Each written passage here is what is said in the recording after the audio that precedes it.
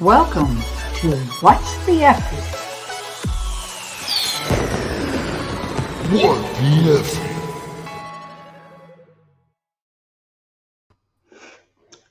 Hello, everyone.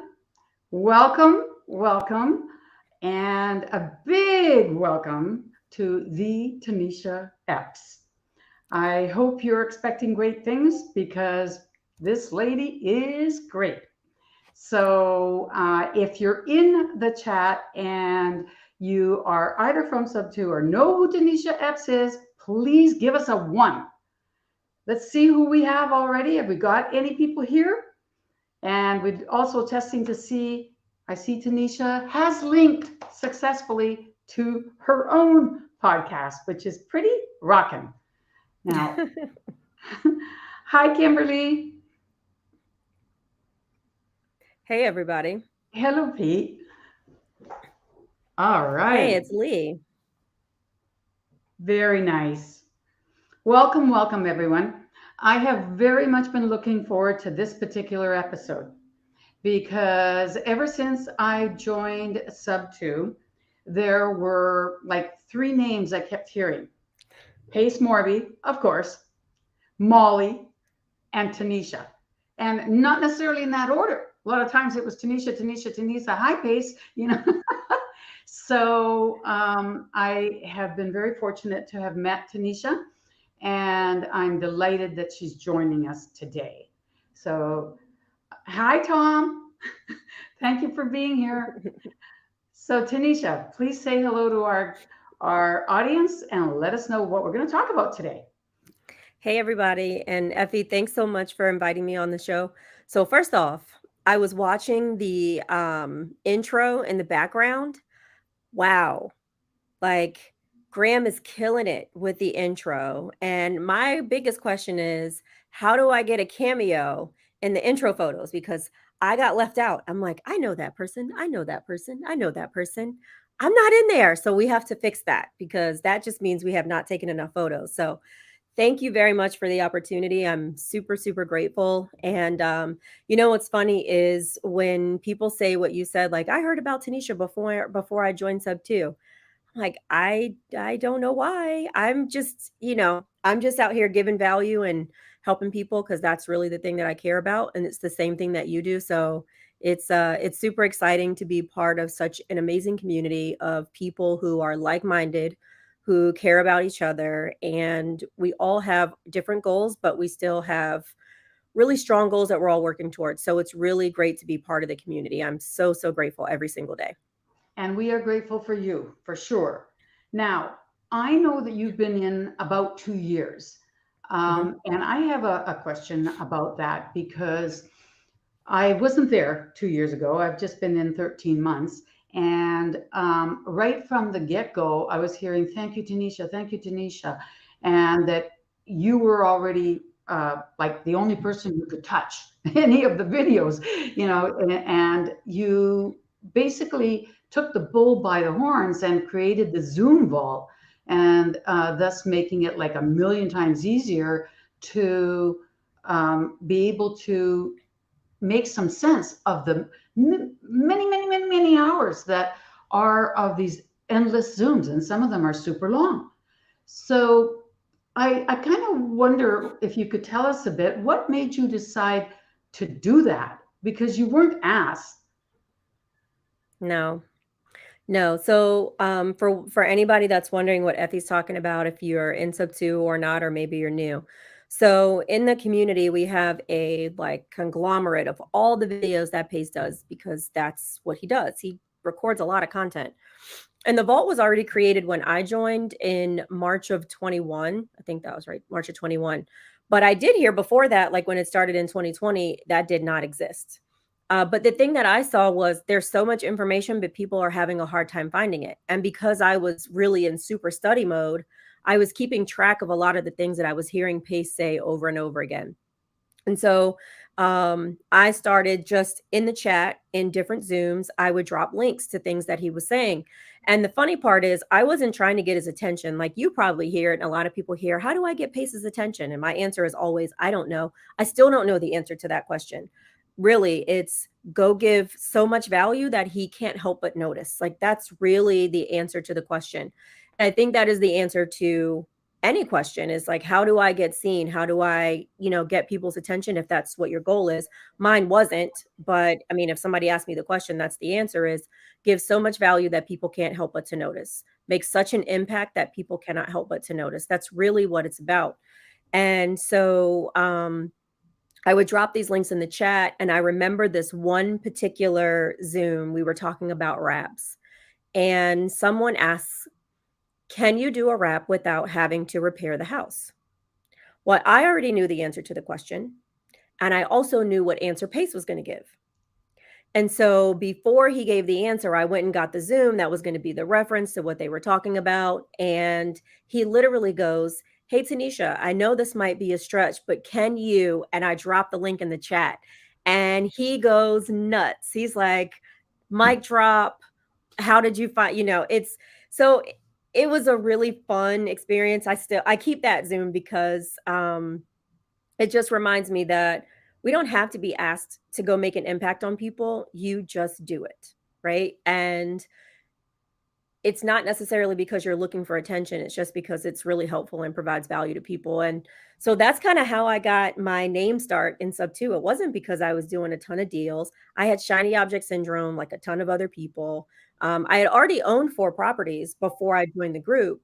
And I did that strictly by reading a book and following directions in the book. It was the craziest thing ever in a state that I still had not been to until this weekend when I went to the Indy 500 with my fiance after we left the mastermind. So that was the first time I ever stepped foot in Indiana, which is where our traditional rental properties are. But I'm like, hey, I'm going to run out of money. And the way I was buying properties, I was going to run out of money. And that's when Pace started stalking me on YouTube, ads, social media ads, and all those kind of things. That's our running joke is that he stalked me on YouTube. And that's how I got to Subto. Cool. Well, I've heard Pace say that he offered to put you on the payroll for all your time and effort a number of times. Why did you refuse? So yes, Pace has tried to hire me multiple times, but if I'm being honest, number one, I already have a job. I have a career that I've been in for the last 19 years. And my thing is, if I already have a job and my goal is to eventually transition myself from that W-2, I didn't really want to take on another job. That's number one. And it's funny enough because he mentioned that in a Zoom. And the second is, to be honest with you, I value my relationship with Pace. He is my brother. He is my friend. And, my ability to provide value isn't necessarily directly related to monetary compensation, from Pace or anything else. Believe me, I have my kind of perks and things on the back end, which I greatly appreciate and I'm not looking for. But it allows me kind of the flexibility to stay engaged with the community and kind of pick and choose, where I kind of fit in, but I don't need to be their employee. I mean, that's kind of what it is. I get And it. Thomas asked what the book was, Long Distance Real Estate Investing. It's a bigger pockets book.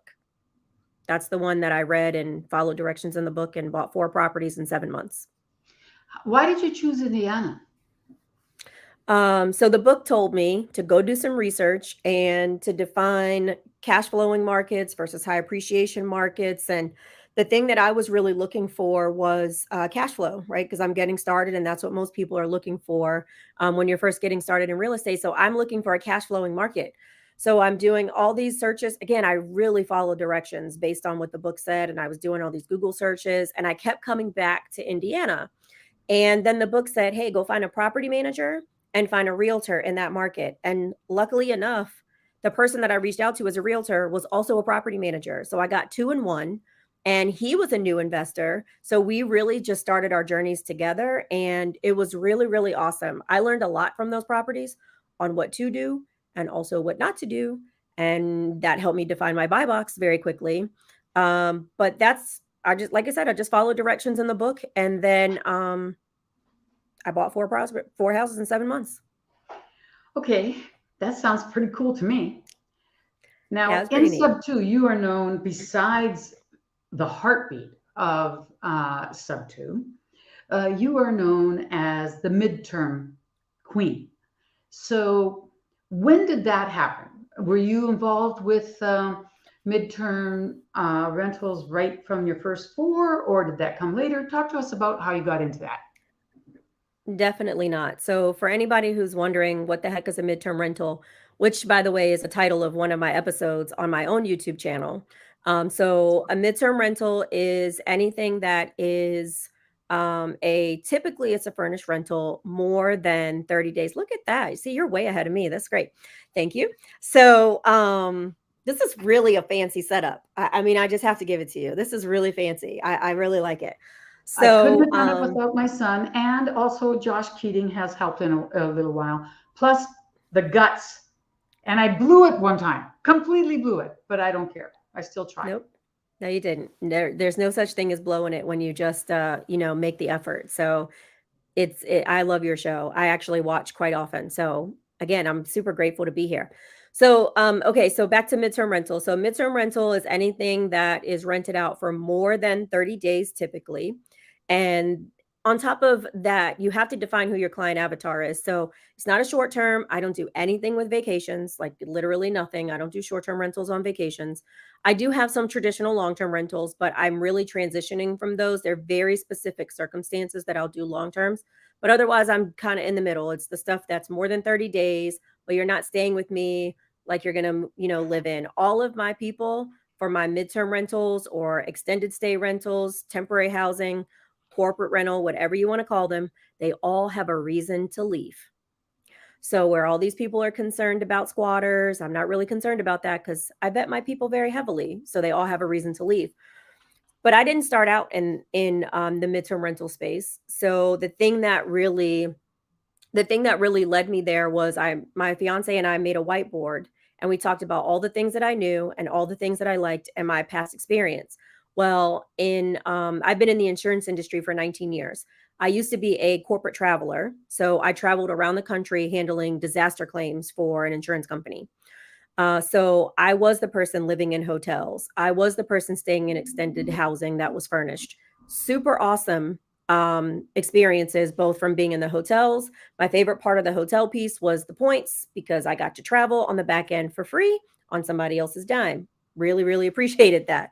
However, when you stay in a hotel for, 30 days, 90 days, it gets old very fast. You can't cook. You have to eat out. You almost gain the freshman 15 that they say about college. That's totally what happens to you as a business traveler if you eat out all the time. Okay. So that's really the thing that led me down this path. And then I just started thinking about what is it that I know that I can relate to, but also gives me an opportunity to serve people. And that's how I got into midterm rentals. So I don't know how many people actually noticed, but I took a little bit of a step back from Subto so I could go and get really, really focused on my niche because again, I had massive shiny object syndrome. I was chasing every little thing that I heard someone else saying that they were really doing a good job in or they were making a lot of money in. But those weren't the things that I wanted to do. They didn't resonate with me. So even though I tried to convince myself I was going to do those things like cold calling, I'm just not going to do it. It's You're a not fact a of the matter. wholesaler? Yeah, I'm not going to do it. And there's nothing against people who are cold calling. Like, I love people who are willing to cold call. If you want to be a cold caller for me, please message me. Like, I'm bringing on people to start making calls for me because I just know that that's not my best effort. We've all got to define where are we best suited and then take our talents to those areas. Like LeBron took his talents to South Beach and then he brought them back to Cleveland. Take your talents where you're best suited and then have other people in a space that is best suited for them. So are you starting a wholesale team then? Heck no. What So in when you the say you're effing? having people make calls for you, explain a little bit more. Yeah, so the people that are making calls for me is for acquisitions on deals. So really, it's mostly reaching out to realtors. That's a lot of where my properties are coming from. I do some partnerships with people on deals, and that's it. So I don't cold call sellers because that's not my best effort. That's not really where I should be spending my time. I have people bring deal opportunities to me because they're really, really good at that. But that's just not me. Like Tigger said, oh, that's me. Like, I am definitely not, I'm not your cold caller. Sorry. I'm still scared to pick up the phone sometimes, Effie. I still do it, but I still get scared. Been pretty amazing because there was a time when I considered you to be very shy. And seeing how Pace has kind of grabbed you by the shoulders and kind of moved you forward, and then once in a while giving you a kick in the butt, like go, and how you have bounced exactly the way we should, to stand up and to have a different aspect of you than you did before. It's just very, very inspiring. So I love seeing that. It's a great thing for everyone to know that you can push past your discomforts and then be a new version of yourself. So I really, really commend you for that. Because a lot of times, people that are taken by the shoulders, even with as much love as Pace gives, they'll kind of squirm away and then hide. So I'm really, really glad that he knows what he's doing with you, girl, and you're taking very um, well to it. like I said, I'm just grateful for the opportunity. And it's funny, I texted him yesterday morning, and a lot of times, like, Pace is my brother. I don't really talk to him a lot about real estate. I don't. Most of the things I talk to him about is just expressing gratitude and working on how I can help improve, the Subto community and everyone else's experiences. It's not even about real estate. Like, the money comes, like, Angie's in the chat. I need to call you Angie too, by the way. So we'll talk this week.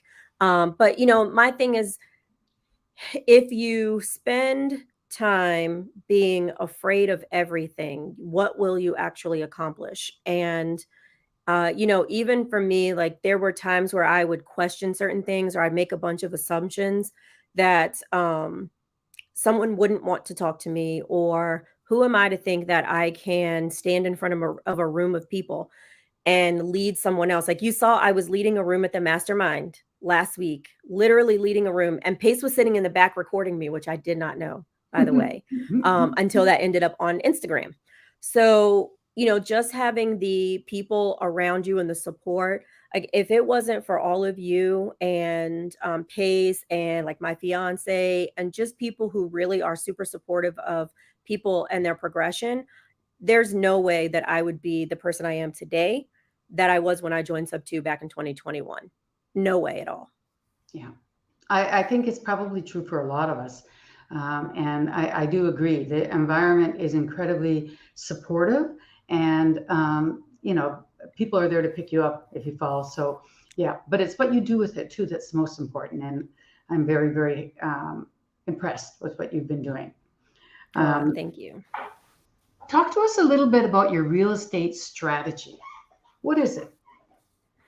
So it's twofold. My acquisition strategy at this point. So I'm a licensed agent, even though I don't actually know anything about being a realtor. So that's like my running joke, by the way. Okay. So I'm a licensed agent in the state of Virginia. I don't know anything about being a realtor. Maybe I'll learn at some point. However, I use that so that I can go and reach out to other realtors, because being a realtor adds a lot of credibility to you with other agents. It really, Mm. really does. So I actually just got my MRP certification, which is Military Relocation Professional. So I Oh, just got that certification last week with my local board of realtors, and I'm actually using that to go out to other agents and help educate them, those who are working with military families, on all of the opportunities that are available to them on subject to purchases, because a lot of them don't know. The biggest thing that I find is most people don't realize that you can use a VA loan multiple times. They think, oh my gosh, I can only use it one time. And so I've got to clear it out of sell one house in order to buy the other one, which is definitely not the case. And so I'm really using that as my main acquisition strategy, is being a resource to teach people how they can still accomplish their sales, and still accomplish their goals, especially realtors still getting paid on their deals with information that they probably don't know. Even sitting in this room the other day, Effie, I'm literally listening to all of these people talk about loan assumptions, and in my mind, I'm like, the scenarios they're giving, I'm like, I could have solved that with Subto in about 10 minutes. And they're talking about going all through all these crazy things with assumptions and whatever. So right now, working with VA military owners, veterans is my main strategy, along with realtors. My dad was in the military. My soon-to-be father-in-law was in the military. He was in Vietnam. Like, I have a special place for the military. For anybody who's here, like, thank you so much for your service. It really is a sacrifice between our military, service members and their families. So I am so grateful to them for everything that they do for us. So that's my main acquisition strategy personally. And then my exit, which is what I want to do with them, is all rentals. My goal is midterm rentals. It is the main acquisition strategy I have at this point. And so those houses will be furnished and they'll be rented out to my clientele. My main market, which I had to narrow down, is in Virginia. And also, I'm looking in the Raleigh, North Carolina area. And I'll be expanding a few other places, but like Sean's in the chat, he and I have something we're working on the back end, starting for kind of doing some prep for 2024. And so wow. it's so, can I tell you how nice it is to feel like I have some like focus? Yeah. It's so nice. Yeah. I think that's pretty awesome. Mhm. I've only thought through till the end of this year. Not, well, yeah, that's awesome. Yeah. Well, how did you choose Virginia and Raleigh? I live in Virginia, so I'm local. So I live in Richmond, but my areas are a little further south and a little further north, because we're surrounded by military bases where I live. So we're totally surrounded by military. And again, I'm local, and I like to be able to go to the places. Like, again, it's okay to invest out of state and out of the area. That's totally fine. But I'm in a phase where, just for me, being able to have some interaction with the homes and even the homeowners, I really like to be places where I can get to pretty quickly. At some point, I will probably expand to some other areas where maybe I just hop on a plane and fly.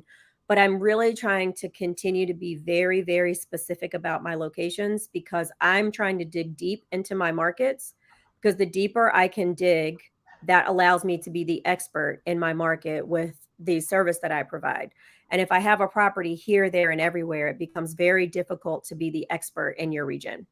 Interesting. Out of curiosity, you still have the homes in Indiana, or I do. All four of them. I sure do. As a matter of fact, one of my tenants is moving.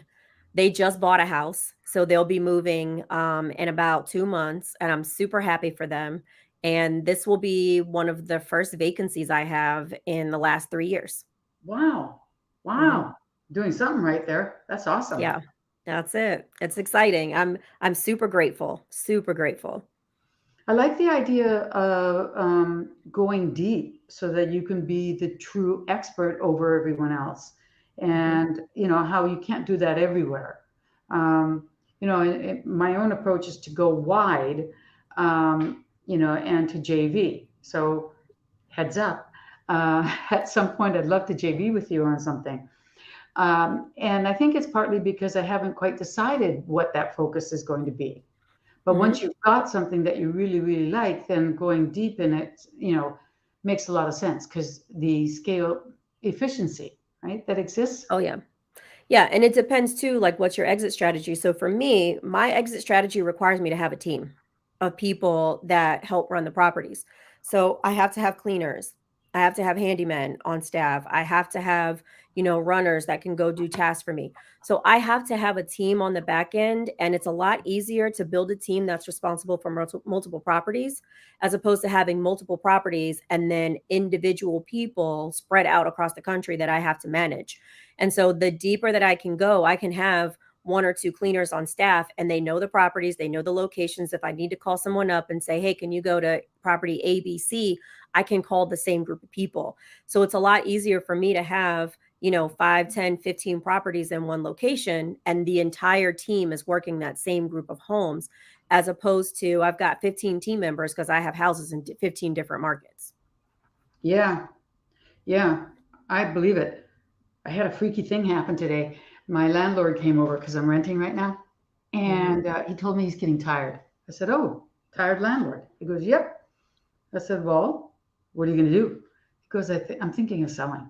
I said, "How many do you have?" He said, "7." I said, "We need to talk." He said, "You really would be interested?" I said, "Yeah."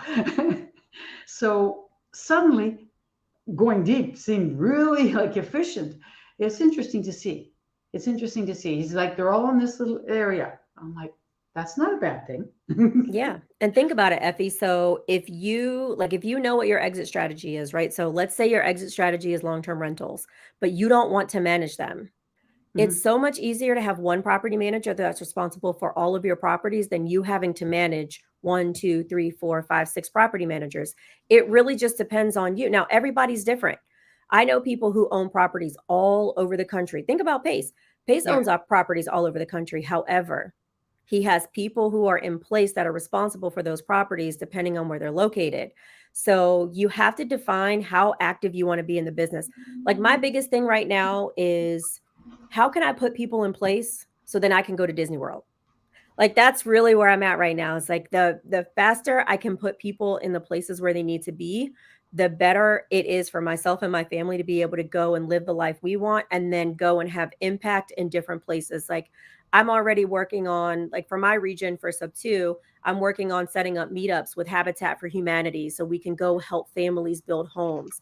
We're working on different activities. And so I don't need to be the person that's on the phone with every guest who may have a slight issue. I need to be able to have other people who are doing those things so they can Mhm. provide a great experience for the guests that are staying with us. It's my job to go build relationships to bring in more opportunities with the businesses that we work with. And then again, I want to be out building homes for the next person to be able to bring their family to. Those are the things that I care about. That is so cool. That is so cool. Awesome. So does that fit in with the impact and purpose that you were hinting at? Yeah, absolutely. So if you're not doing the things that you're working on, if you have no purpose and there's no impact to other people on your purpose, then I mean, what's the point? Like you can have all the money in the world, right? So one thing that we talk about in our house a lot is that having money on one hand is not that hard, right? If you really put effort into it, it's not that hard. But then what? And what you find is the more money people have, the more it just amplifies the people that they already are. And so when you see these kind of jerky people that got a lot of money, it's because they're jerky people. It's just the money only amplified their ability to be more jerky. That's really what happened. But if you have people who actually care about people, them having money just amplifies their ability to have a greater impact on people. And I think that's one of the things I took away from having that opportunity to go to the Tim Tebow Foundation event in Pace's place, which again, I'm super grateful for, was really just being around people that wanted to make an impact on other people. Like just sitting in a room with Tim Tebow, he's probably one of the most genuine people that I have ever met in my entire life. Honestly, everything you see about that man is everything that I saw being in person, including his um, competitive spirit, because he was my partner for pickleball, the game that I said I wasn't going to play. I literally said I wasn't going to play. Okay. I never heard about pickleball until the day before the event. So, first off, I don't play pickleball. I am not an athlete by any means. And I had a knee injury and I was really concerned. But Keston, my mindset coach, literally, I'm hearing his voice in my head and I'm hearing my fiance Will. I'm hearing him in my head. I'm even hearing Pace because Pace texted me when I got on that plane and said, "You just be you." And I said to him, "I don't know how to do anything other than that." And he said, "Me either." And I remembered those things. And that was what made me say yes to pickleball. So me saying yes ends up with me being partnered with Tim Tebow, has us beating Ed Milet. Ed Milet was on the other team that we beat for the championship. And I ended up with a trophy I from saw that that. experience. Yeah. I saw, And it was super cool because it's just a reminder that there are things that we want to say no to because we're afraid. And those are the things that you should say yes to and just move forward. I mean, within reason, right? Not like something Mhm. stupid crazy. But if you think about it, Effie, Like jumping out of a okay, plane. I was just about to bring up you jumping out of the plane because most people would say, "Oh my gosh, that's nuts." But think about this. The experience, you probably wanted to say no, and something in No, you believe it or said to not, say it yes. was on my bucket list. It was on my Let's bucket list. go. So it's like, yeah, I'll tell you Okay. what was not on my bucket list, and what I do Uh-oh. feel that way about was this podcast. You know, I Oh, yeah, wasn't we had ready a lot of for talk about that. it. I wasn't ready about for that, and that I did sort of allow them to push me into it, but I was like, to a certain degree. But jumping out of the plane, I think I was probably the least concerned because it was on my list. It's like, oh, the chance to do it, and that was it. I love But it. I know a lot of the guys were scared.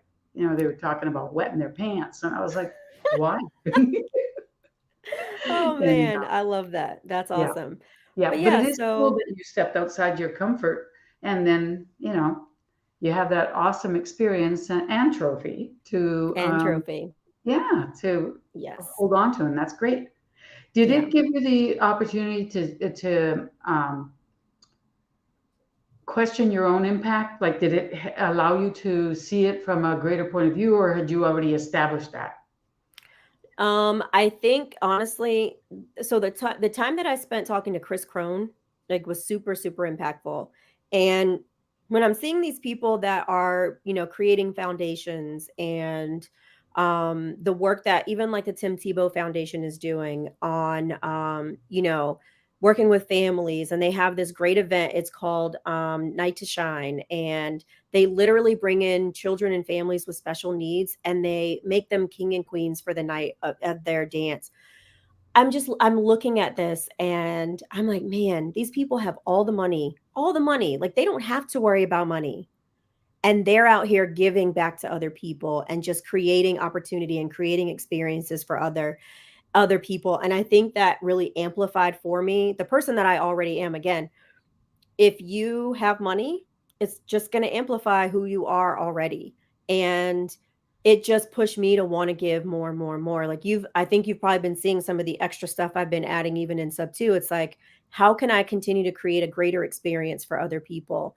When I have students call me and they're like, "I called you for something, but what can I give to you?" And I literally tell them, the main thing that I ask is that you go into the group and share something from the conversation so someone else can get something from it. That's all I'm asking for you to do. I'm not asking you to give me money. I'm not asking you for deals. If people bring them to me, that's great. But I really just want people to pay it forward to other people. That's it. Yep, yep. Pace is teaching us right, for sure, That's right. for sure. So, what could we do in our everyday life to make a difference? I know that you had touched on that a little bit, and I was like, oh, I wonder what she's going to tell us. Yeah, I think every person is different on what they care about, right? So for me, I think about situations in my own personal life and then the things that I like to do. And I'm just looking around my community, like, what is it that I can make an impact on my local community? So, like, I have my church, and my church is very big into working with veterans, right? So that's one of the things that I'm actually going to start participating in at my church is their veterans program. Again, I have a really big thing for people in the military. It's I don't think that our military service members get enough credit at this point for volunteering to potentially give their lives for us to have the freedoms that we have every day. So that's a big one. And then, situations with women and children are very near and dear to my heart. And so, how can I go and make an impact? I used to invite women who had their children to come into my home. Like one of my friends was in an abusive relationship and she left the person she was with, and I took them in to my home for 2 years. She had a 6 month old. So, things of that sort are really, really important to me. And just how can I how can I give back to someone else so that they can see the opportunity in their own lives and that their life actually matters, and then have them be able to go and share that with other people? Those are the things I care about. I used to do Habitat for Humanity builds all the time.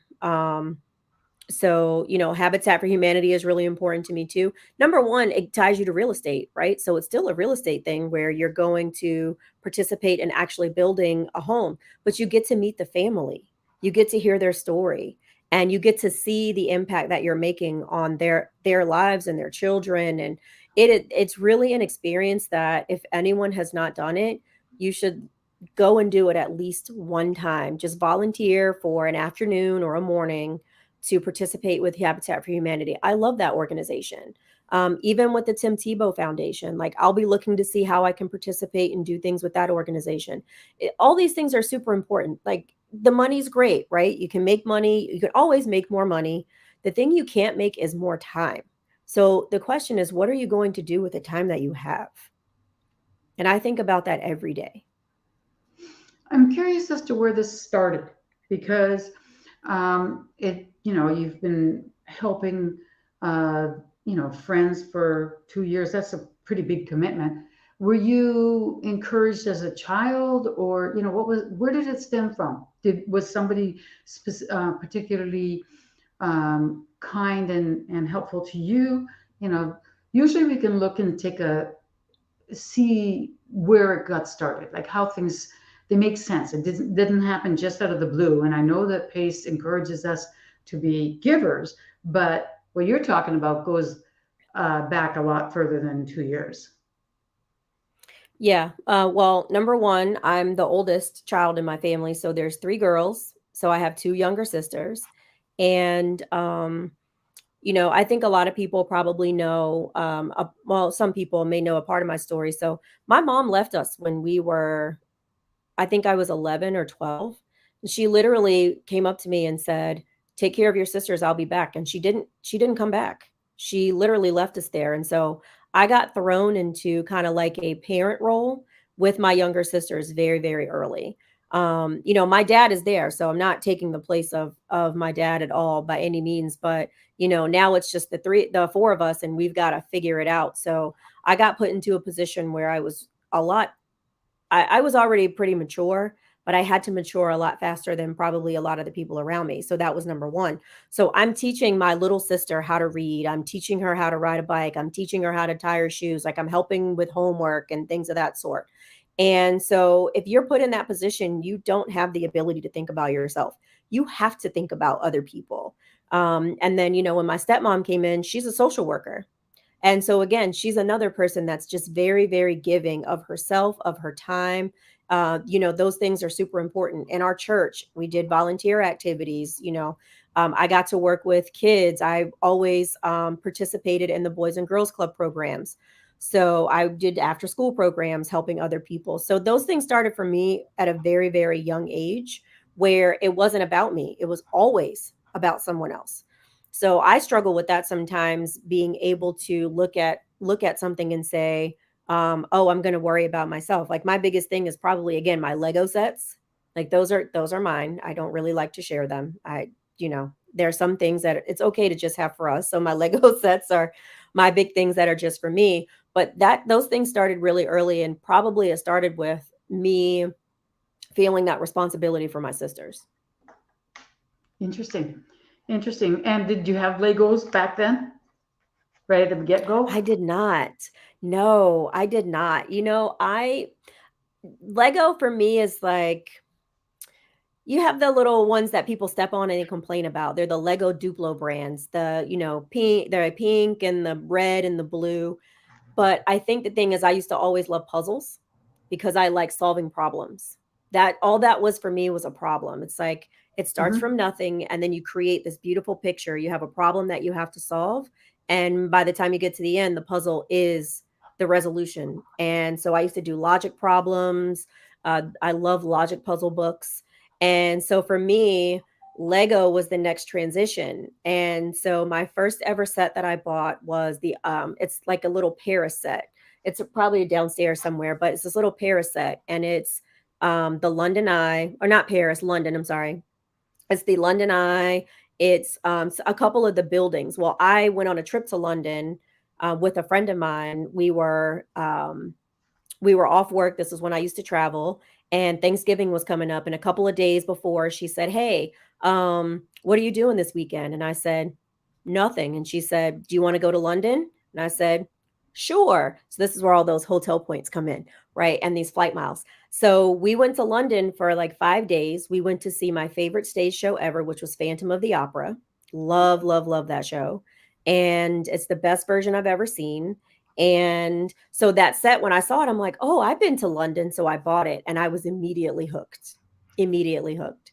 I won't even, thank goodness I'm not downstairs because I would literally pick up my computer to go show you my whole Lego collection. It is really, really bad. I think some people have probably seen my roller coaster that actually runs on the table if you've been in Subto. But, those are the things that I'm simple. I'm so simple. Yeah, I those are don't simple but need, complicated at the same time. A lot of people can't yeah, figure them out. It's very creative. yeah. I follow directions well. Let me just put it that way. I mean, they come with books. Like the creator expert ones, they come with books. But I don't ask for a lot. I don't care about fancy cars. I don't care about I don't care about having extravagant things. At this point in my life, Effie, to be honest, I care about experiences, mine and other people's. That's really what I care about. Which is why I love midterm rental so much because I have the ability to give an experience to someone. Yeah, yeah, and they'll remember that a lot more. That's right. That's right. Yeah. Things fade. You go through your closets like we're doing spring cleaning right now. You go through your closets and you throw things away. But what you remember is how you felt, maybe an experience that you had while you were wearing that outfit or a shirt, or like I still have some stuff from when I was in high school that I can totally not wear right now. But I still remember how it made me feel. And so some of those things I hold on to, but it's the experiences. That's what life is all about. I think everybody needs a pair of high school jeans. I confess I have mine, and I had See? one of my son's friends who's in studying design and clothing. She went to London to do it, and one day she was over, and I said, "Oh yeah, I think I do have them," and I brought them down, and she was marveling at the way they used to make them and how well they're crafted, and she's like, "Wow, and these used to fit you?" And I was like, "Yep." They used to fit me. They have a Mhm. home if I ever See, want it's to the get rid of them, experience. but I don't want to get rid of them There you go. because they do. I mean, there aren't many things I hold on to, but there are a few things that are like that. I agree.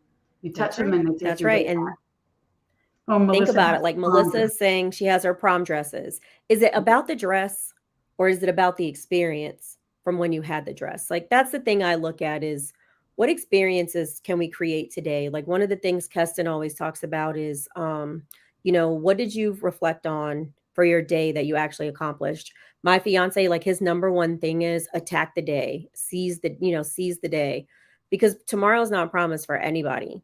It's really not. So like what impact are you making on the world today that if you were not here tomorrow, what would people say about you?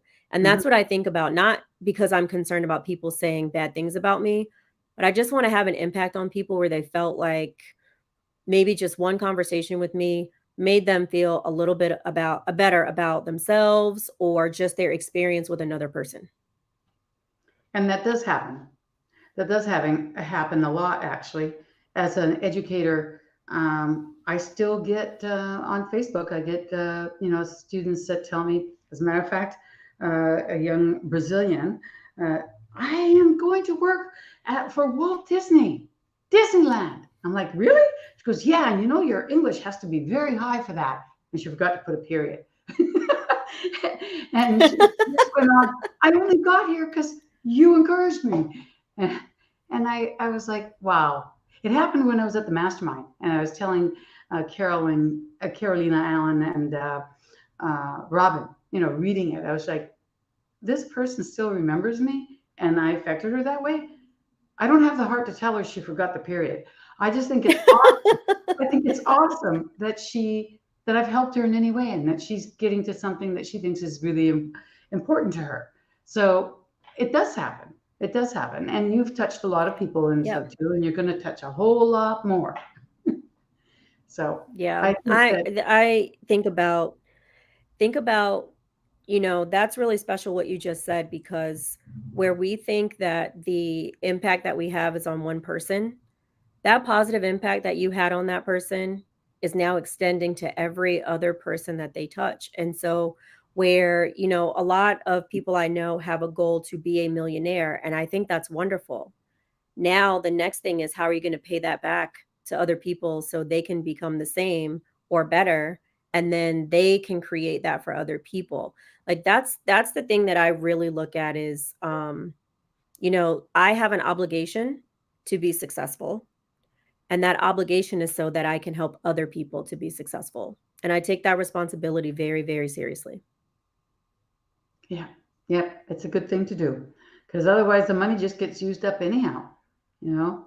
Yeah, So that's yeah, it. that's one of the things And that I I would found. Go I ahead. would say you can't take it with you. Except, I don't know if you guys saw this, like, I saw this story on, I think it was on Instagram or something at one point, and this guy was like, "No, I'm gonna take it with me." So he got buried in his Cadillac, so he actually did take it with him. And then, my other favorite one, I don't know if you heard this one, this lady was like, her husband told her to, he wanted to take all his money with him when he passed away, and so she wrote him a check. He can't cash it, but That is so funny. Well, all I can say for people who think that they can take it with them to the grave is, don't forget, throughout history, there have been grave robbers. And I'd rather that if I were to be buried, I'd rather that they leave me alone. So, you know, that is but very, very yeah, true. yeah. That's funny. And I think it does a lot more good if you can leave it and put it to work for future, instead of using it up just for yourself or taking it with you. Yeah. That's just the way I feel, because there's so many people that suffer because they don't have it, and that's really rough. Like, I wouldn't want to think about where that friend of yours would be with a 6-month-old baby if someone didn't take her in. She'd probably have to go back, and then that's not good. No. So, yeah, I do think that there's so much more that can be done with it. And yeah, and I think it goes a long way.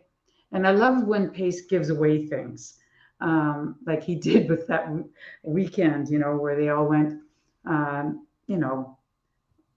the lake and stuff. I think, and this thing he wants to do in later in the summer with whole groups of people.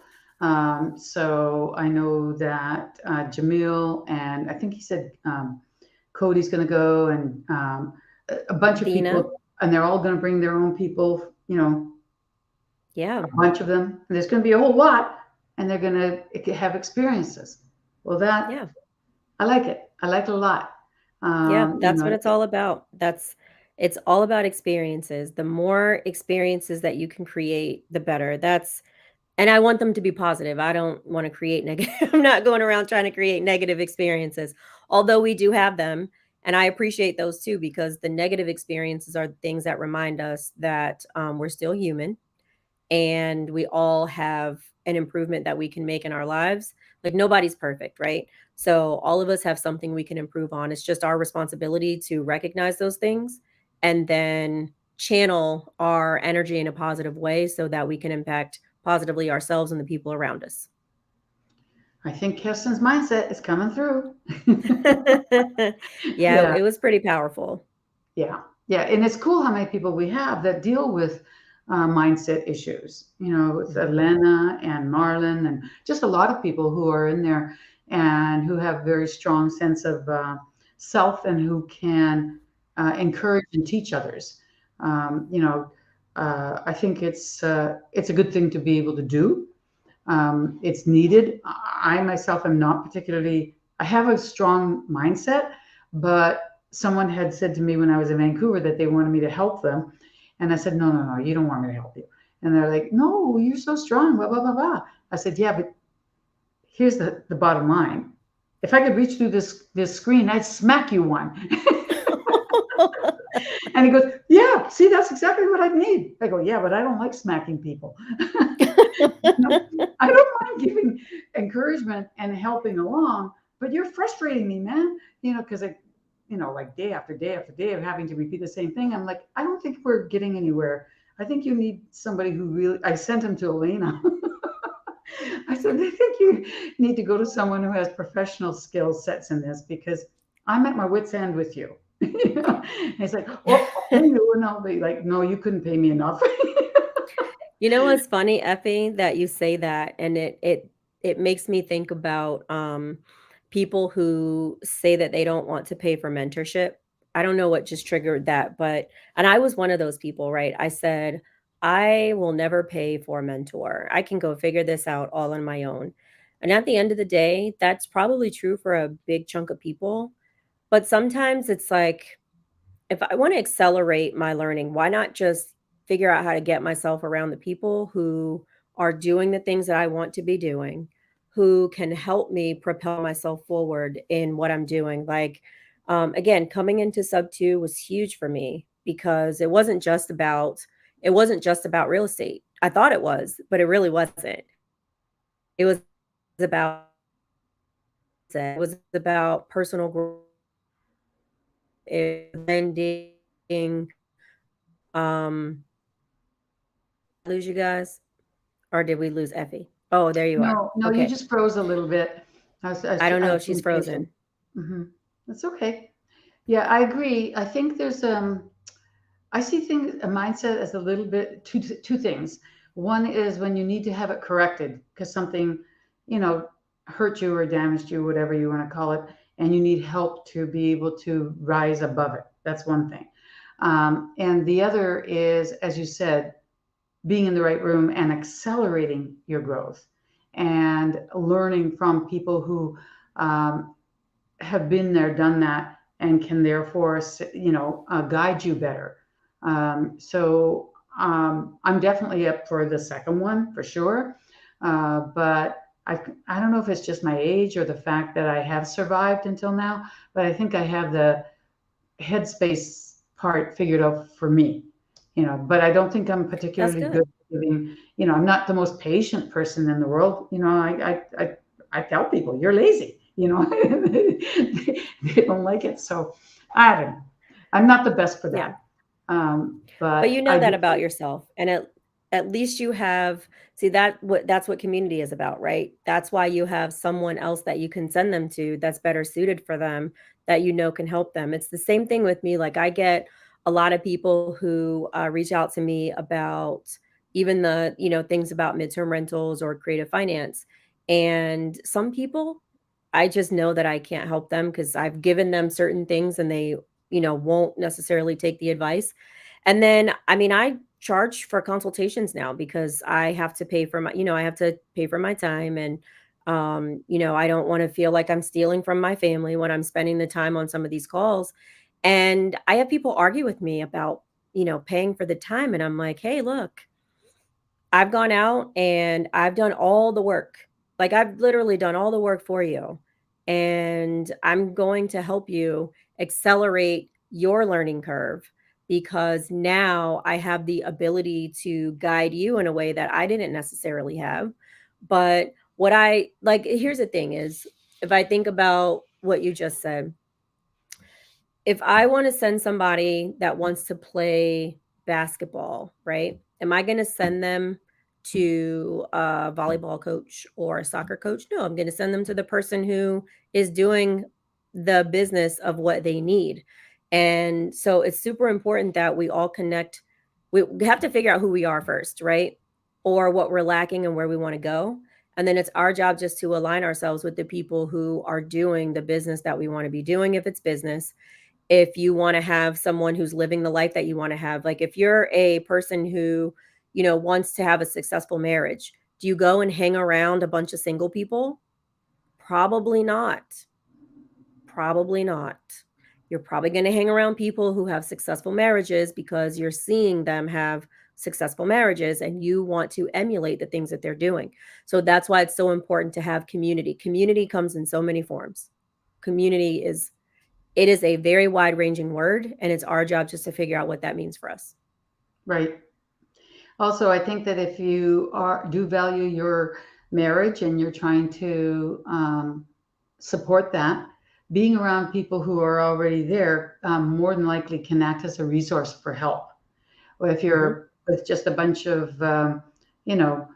single dudes, what can they tell you? If they're single, you really can't. So it makes sense. That's why I joined Subto, because I saw that not only it had community, but it had a lot of knowledge on real estate that I didn't have in that regard. And I wanted to learn. So it takes a long time, and I'm grateful that PACE lets us stay, and it's not a 6-month mentorship, because money is an object, and it's not cheap. So at least with PACE and the community, you know that the community is continuing to grow, and you are not going to be asked to leave unless you really deserve to be asked to leave. It's hard to get kicked out. Yeah. So if you get kicked out, you earned it. Yeah, exactly. So I do think that other mentorships where they renew it leave me cold. Like they just feel like they're only about the money. I'm not interested in that. So yeah, it is a pretty cool thing.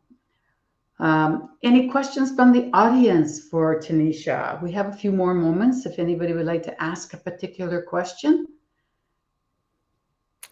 Let's see. Ricardo says, what would you advise someone who's starting out in the midterm rental space? The first thing I would tell you is to go check out my YouTube channel. So I'm not sure where you're coming on here, if you're on Effie's or if you're on mine, but I would say go check out my YouTube channel. Most of the things I talk about start you out with defining your client avatar and then figuring out where you should have properties that fit your client avatar. So the thing about midterm rentals, and I said in the beginning, is it is not an end all be all just because your property doesn't cash flow as a long-term rental. Like if I don't have that conversation 50 times a day, I'm not doing something right. Like somebody brought me an opportunity last night and said, hey, this one doesn't cash flow as a long-term rental. It is a big, big hefty difference and it won't work for a wrap. It's got a 7% interest rate and the person has arrears. They're behind on their mortgage. They're like, hey, will this work as a midterm rental? What would make us think that? So let's walk us through the location. The 20,000 you need to put into furnishings. That too, right? And so the thing is, like, you have to define first off who you want to serve. Like midterm rental is not a fallback because you couldn't do something else with it, unless you know for a fact, probably because you already run the business, that you can make it work because you already have properties that are very similar that consistently stay rented. If you don't have that, again, for me, I have to have them cash flow as a long-term rental. At the end of the day, that's what Abraham said, and Abraham's rich and he's a smart guy. So I'm not in a position to buy properties just for hopeful appreciation. I'm not there yet. I don't know that I will be, but I'm not today. So for me, it's got to cash flow as a long-term rental, because what if I change my mind? What if something crazy happens in the market? I need to make sure that I always have a safeguard. So that is my number one thing on midterm rentals, is really understanding your client avatar. It's not good enough just to go have a house or have an apartment or something and say, oh, well, travel nurses. No. Yeah. I hear the same thing about Airbnb, right? That you have to target who it is that you're going to cater to. It's not just vacationers. That's too wide. So I do very much recommend Tanishia's YouTube channel. I haven't seen every episode, but I do catch as many as I can. And it's, super educational and entertaining too. Fun, just fun. Oh, thanks. Yeah. I try. So, well, I'd like to thank you very, very, very much. And Angie, I hope you are feeling better, girl. I came back from Mastermind. I had to leave a day early because I got strep, but Angie and Don got COVID. I would have got COVID if I'd stayed because my immune was so down since I had strep. That would have been terrible. I would have taken the cake for Wow. everything. So, anyhow, I would like to say thank you very, very much. And I hope that at some point you will come back to us. Come back to us and let us know how things are going. And it'll be called Back by Popular Demand. I love it. I love it. That's awesome. Thank you. And Lee asked me about bringing deals in the Richmond area. So I will drop my buy box. So maybe Effie can put it in the show notes or I can drop it in the comments. So I could definitely share that.